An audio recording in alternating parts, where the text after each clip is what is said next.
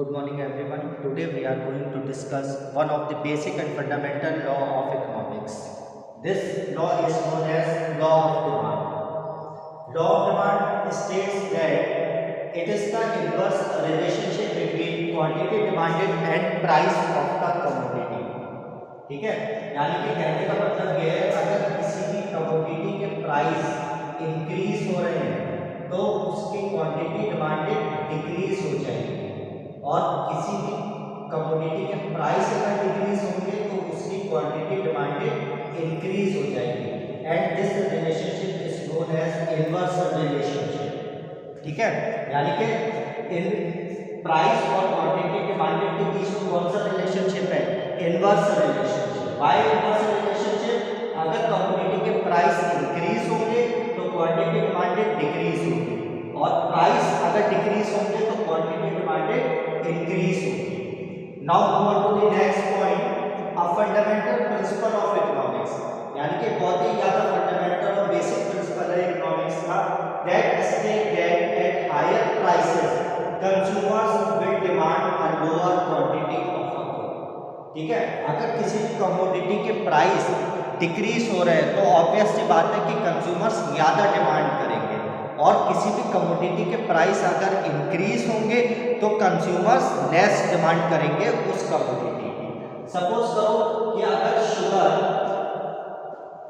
Sugar की price 30 rupees per KG, ठीक है, अगर शुगर की प्राइस 30 रुपीज पर केजी है और 30 से इंक्रीज होके प्राइस 50 रुपीज हो जाएंगे तो क्वांटिटी डिमांडेड घट जाएगी, यानी कि लोग कम परचेज करेंगे। ठीक है, और 30 से प्राइस डिक्रीज होके अगर 25 हो गए तो लोग ज्यादा क्वांटिटी परचेज करेंगे। ठीक है, this is the basic and fundamental law of economics. Now move on to the next point. Demand is derived from the law of diminishing marginal utility. What is law of diminishing marginal utility? Diminishing marginal utility states that कि जैसे जैसे हम commodity का consumption increase करते जाते हैं वैसे वैसे हमें डिक्लाइन सेटिस्फैक्शन मिलता है। यही रीजन है कि लॉ ऑफ डिमांड का स्लोप्स डाउनवर्ड होता है।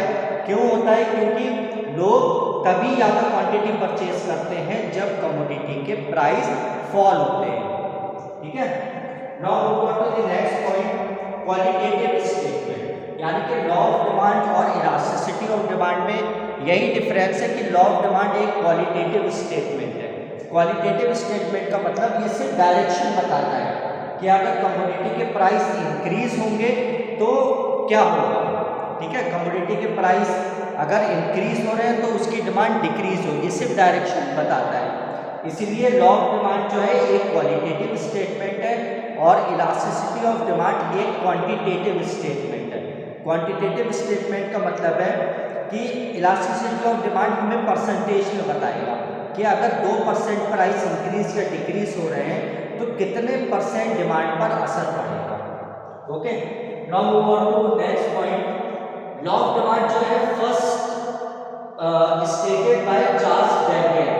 ठीक है, सबसे पहले लॉ ऑफ डिमांड को एक्सप्लेन किया था चार्ल्स डैविड ने, फिर उसके बाद एल्फ्रेड मार्शल ने ग्राफिकल इलस्ट्रेशन बताया सबसे पहले of the law of demand. ठीक है, ये याद रहेगा, यानी कि सबसे पहले लॉ ऑफ डिमांड किसने बताया? चार्ल्स डैविड ने, and the graphical illustration of the law of demand वो हमें बताया एल्फ्रेड मार्शल ने। अब ग्राफिकल रिप्रेजेंटेशन को समझने के लिए हम देख लेते हैं, ये एक इंडिविजुअल डिमांड का है।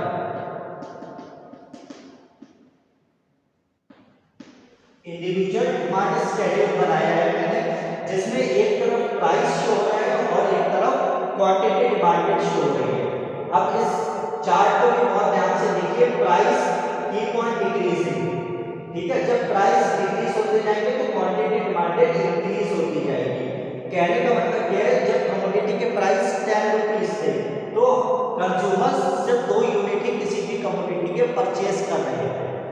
जब कमोडिटी के प्राइस फॉल हुए तो क्वांटिटी डिमांडेड इंक्रीज होती गई, ऐसे ही ये सीरीज चलती रहेगी। अब इस इंडिविजुअल डिमांड शेड्यूल को हमें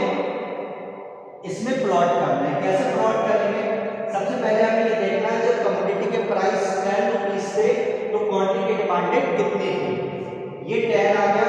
यहाँ पे हमने y एक्सिस पे प्राइस को लेंगे और x एक्सिस पे हम क्वांटिटी डिमांडेड लेंगे।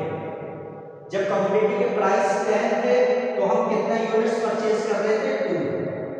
यहाँ पे हम पॉइंट बना लेंगे, ठीक है। जब कमोडिटी के प्राइस फॉल हुए फ्रॉम 10 to 9 तब हम कितना परचेज कर रहे थे 4। ऐसे ही जब कमोडिटी के प्राइस 8 हुए तो अब तब हम 6 परचेज कर रहे थे।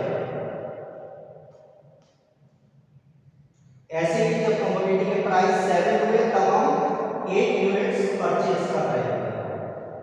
नाउ जब प्राइस 6 हुए तब हम 10 यूनिट्स परचेज कर रहे थे। 5, 12 and at the price of 4 consumers purchase 14 units of the commodity. Now join all the points, we get law of demand curve.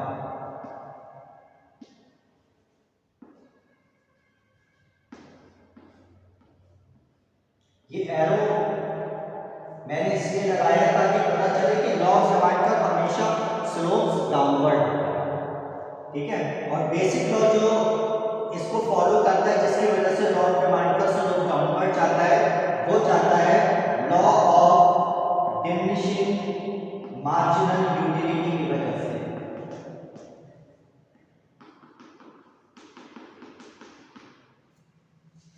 Thank you all for your time and